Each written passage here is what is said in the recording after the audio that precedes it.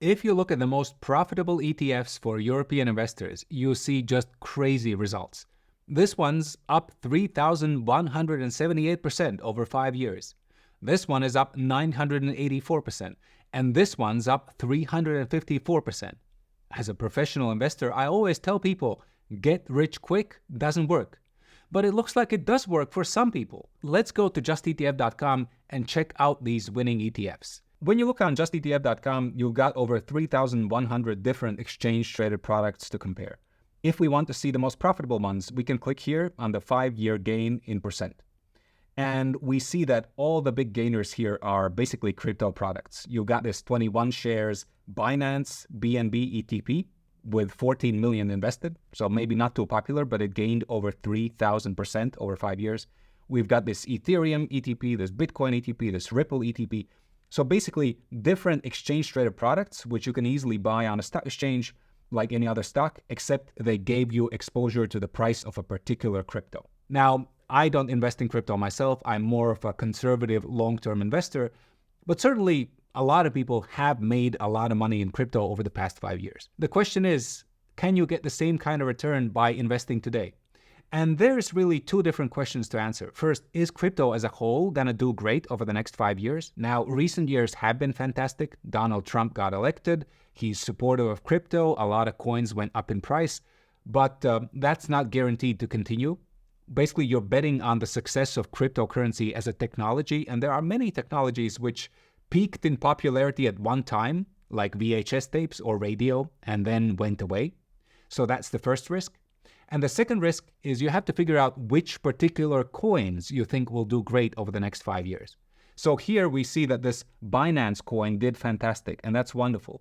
But also over the past 5 years, we've had popular coins like the Terra coin, which went to zero, or the FTX coin, which went to zero, or Polkadot, or others which didn't perform well at all. So does that mean you shouldn't invest in crypto? It's totally up to you. If you're looking for a high-risk gamble with potentially huge rewards, this could be interesting for you. Just don't expect that you can easily get this kind of 3,000% return that you would have gotten by investing in Binance coin 5 years ago.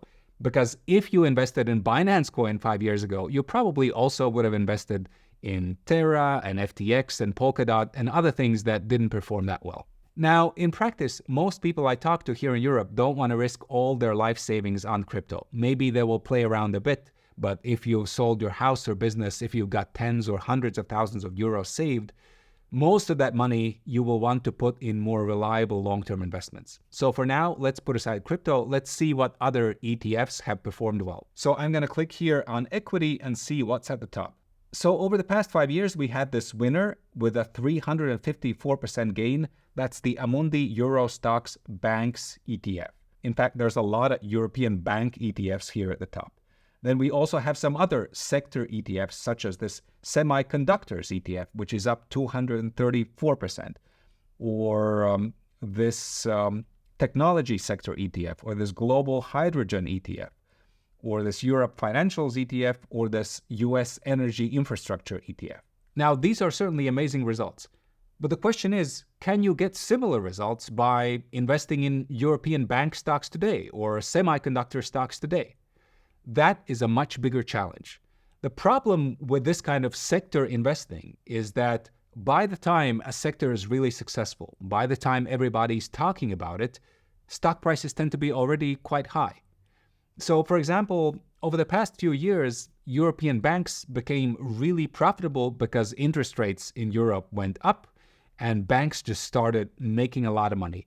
But of course, investors noticed it and they pushed bank stock prices to a very high point. If you jump in now, well, it's unlikely you will see huge profits unless something crazy happens and banks become even much more profitable than already expected. And the same thing is true for semiconductors. So these stocks became popular because of the AI revolution.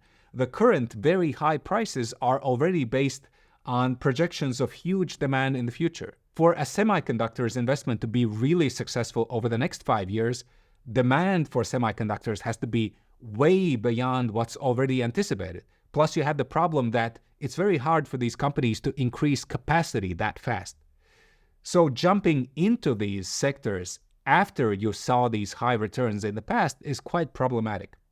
In fact, when you look at the evidence, sector investing is very dangerous for exactly this reason. Morningstar has this famous paper called Mind the Gap, where they compare the actual result of sector investing funds and the result earned by investors in these funds. And looking at 10-year returns, sector funds earned 9.6% per year on average, but investors in these funds only earned around 7% per year on average. There was this huge gap. And it happens because investors jump into sectors when they get hyped up and they sell when the hype dies down. So usually you're buying at a high price and selling at a low price. What this means is, yeah, it's nice to see that there were wonderful returns in these sectors, but it doesn't really tell us what sectors we should buy going forward.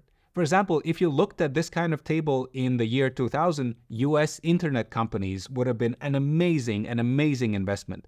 But that was right before the dot-com crash when they got wiped out. Or if you looked at energy companies around 10 to 15 years ago, they looked like amazing investments when crude oil prices were super high. And then oil prices went down and these investments really started to underperform. So I'm going to filter out sector funds. So let's say no sectors, no themes. Let's look at funds which invest broadly in the economy. Then we see that the winner over the past 5 years has been this Amundi MSCI Greece fund. Okay, so this invests in the stocks of a single market, Greece. Then we have this Wisdom Tree Japan equity fund. There's a whole bunch of these actually. Then we have this Amundi Italy MIB fund. And then we also have this iShares ATX fund, which invests in Austria. So we see a few geographical markets like Greece and Japan and Italy and Austria, which have performed really well over the past 5 years. Now, that is amazing for people who invested in these markets. But does this mean you can make a lot of money by picking a Greek ETF today? Well, the same logic applies. The high stock prices today already reflect the economic strength of Greece at this particular moment. If you jump in now, you're making a bet that Greece is going to perform even much more amazingly than already expected. And historically, this has been a dangerous kind of assumption to make. For example, between 2000 and the great financial crisis, emerging market stocks were just amazing. They did wonderfully. So if around 2007, 2008, you looked at country by country results, you would have wanted to invest in Latin America, for example. But then over the next decade, it was a horrible, horrible decade for Latin America. Or China was hugely successful several times over the past few decades. There was a big boom up before the financial crisis. There was a boom in the mid-2010s. There was a short boom in 2021. At any one of those times, a lot of people were excited about China. But then the market went on to underperform. So if you pick a single country, you're taking a lot of political and economic risk.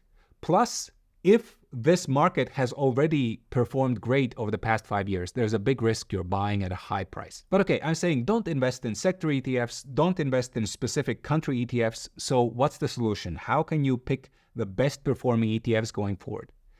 Well, decades and decades of evidence show you cannot do this by looking at historical results. There is this sentence that all fund providers have to tell you, which is that past performance is not indicative of future results. That is not just a legal requirement. It is actually true. So going through this kind of exercise where we go on Just ETF and we look at the most profitable funds, it's an interesting exercise. We can learn some cool things about what has happened in different regions and different industries in the past, but it's not helpful for choosing profitable investments in the future.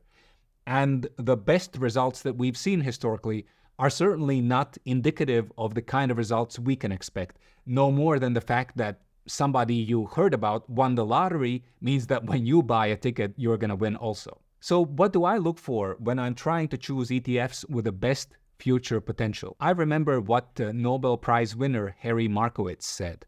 The only free lunch in investing is diversification. I want to have an ETF which covers many different regions, many different industries, which has low costs and allows me to invest in hundreds of different companies. Now, if I look at some of the most popular ETFs in Europe by size, it can be something like an S&P 500 ETF, which invests in American stocks.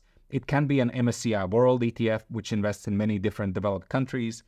It could even be an emerging markets ETF because that also covers quite a few different countries, or an all-world ETF, which combines developed and emerging markets. Given the recent geopolitical tensions, a lot of people have been interested in investing in European stocks, and looking at something like this Stocks Europe 600 ETF can also be interesting.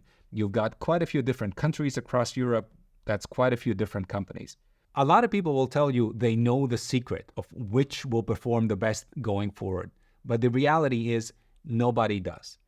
Any one of these diversified strategies could be the winner, and we will only know that 5 or 10 or 20 years in the future. But the good news in investing is this isn't winner takes all. As long as you have a low-cost diversified portfolio, you are likely to do very, very well over the long term, even if your fund isn't number one in terms of profits. But here's something most people don't realize. Let's say you decide to invest in American stocks or maybe European stocks using ETFs. There's actually hundreds of different ETFs to choose from. And depending on where you live in Europe, the best choice can be different. You've got accumulating and distributing ETFs, physical and synthetic ETFs. And then, of course, you've got large cap and small cap and value ETFs and much more. If you want to figure out which ETF is best for you, watch this video next, where I walk you step by step through my process for choosing ETFs.